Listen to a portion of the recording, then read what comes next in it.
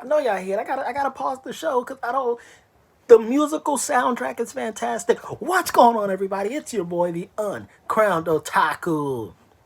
We gotta talk about the latest episode of Run On. I watched this while I was at my day job. Like I was in my cubicle, click clack, click clack, click clack. It's Wednesday. Bow, Netflix brought it up in between everything I was doing. I was watching it, and I gotta talk about this off rip. The musical score in Run On is bar none the best soundtrack that a drama show has ever had. From the opening scene where Mijo and Song Gyum are breaking up, just the lady's vocals where she's like, so no, I know. I butchered the lyrics. I apologize. I don't mean to offend, but it is just mwah, done to perfection. It heightens the sense of breaking up to exponential levels that hits me to my core. Like, if you ever wanted to start an episode, this is how you start an episode. Look up Run On, episode 13. The first 5 minutes is how you start an episode. Musical score set the scene. It led for the entire episode to be great. Because not only was it this scene, it's the ending scene where he meets back up with her, like runs from behind her, hugs her, and is like, don't go. Do they have a real emotional moment where, because pretty much the whole episode, like, they're on a break because she wanted to break up and he was like, nah, we ain't doing that because it's rude of you to do that without considering me. I deserve a heads up. I deserve the ability to tell you to sleep on it and think about it. So she's thinking about it, and this is the first time they've met in presumably days.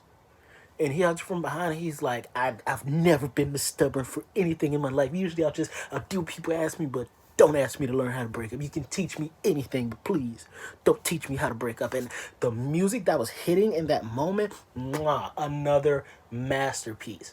Like, now, don't get me wrong. I'm not saying this is the best K-drama ever. I'm still giving that to Startup, honestly. I love Startup. But as far as soundtracks go, number one. The best soundtrack for the best scenes. Oh my gosh, I can't get over just how good the music was this episode. We did have a little bit of character development. We see Song Gyum becoming more.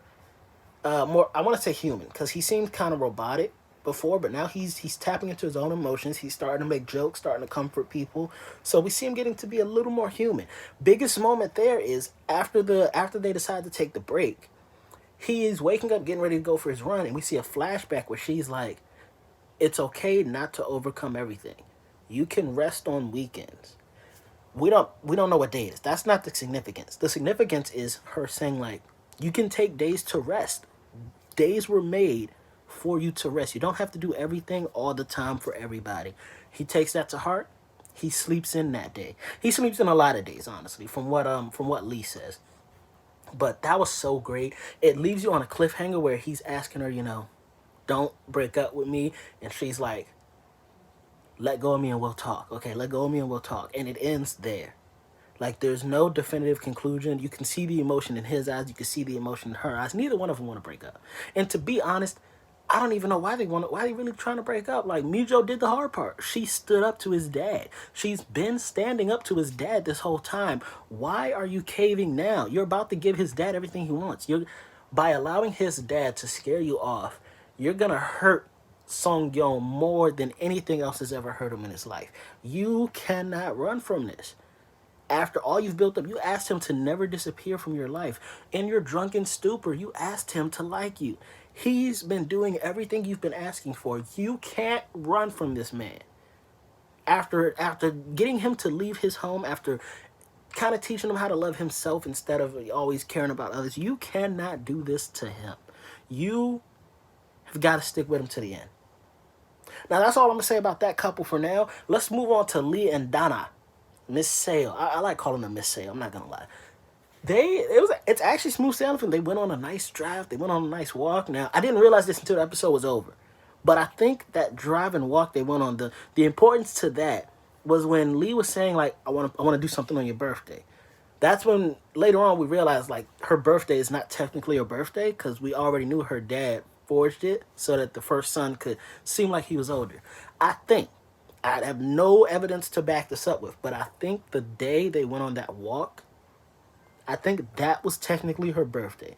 And I think that's the reason why when they were sitting down talking about it, she was like, why can't we just go for a drive, go for a nice walk, have lunch? I think she was kind of like without telling them, kind of letting them know like this is it for me. This is important. This time, this is quality time that I want.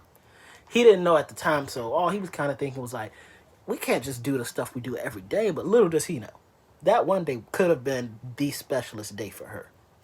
So he plans the birthday party. The little brother ruins it, and I'm not even mad at him for ruining it.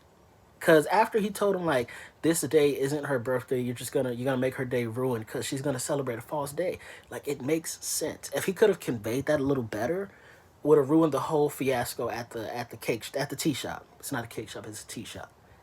And then on top of that, we learned that his best friend may actually like him.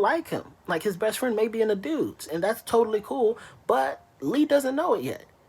So now the best friend is kind of torn between like he's got to be a supportive friend, help lead to do everything he wants to do with Miss Seo, but at the same time he's harboring these feelings for him and he's not speaking on it. His way of speaking on it was just saying like, "Are you gonna pass this test? Because we got to go to the States together. I'm worried if we don't go to America together, what's gonna happen? Because I'm thinking if they go to America together, he's hoping that they'll fall in love somehow and." I don't think Miss. You act like Miss Sale don't got bags of money where she can just go over to America and chill with y'all. Like, come on, that's not the way to go with this. But again, that's a love triangle forming, and then and dude's sister, the younger sister, may also like Lee. Turns out Lee is a wanted man. He's fine, cool. He's got the high school senior after him. He's got his college best friend dude after him. He's got rich CEO lady after him. Like this dude, he don't know what kind of power he got in those looks. But what did y'all think of the episode? Again, really for me, this episode, the ending is the most important, and the musical score. Really tap into that music score. Listen to just how it sets the scene. The lady who's singing, fantastic voice, fits every scene to perfection. Really hone in on that and realize how it's heightening your emotions. And tell me that's not the best soundtrack of all time. You can't tell me because it would be a lie. Anyways, y'all comment down below. Make sure you hit that subscribe button. Follow me here. Follow me on Twitch. Follow me on Twitter, Instagram, all social medias. They're in the description. You already know what to do. Come on. You've been tuning into your boy, the Uncrowned Otaku. That's what I do. That's my new sign off. The Uncrowned Otaku. Ah.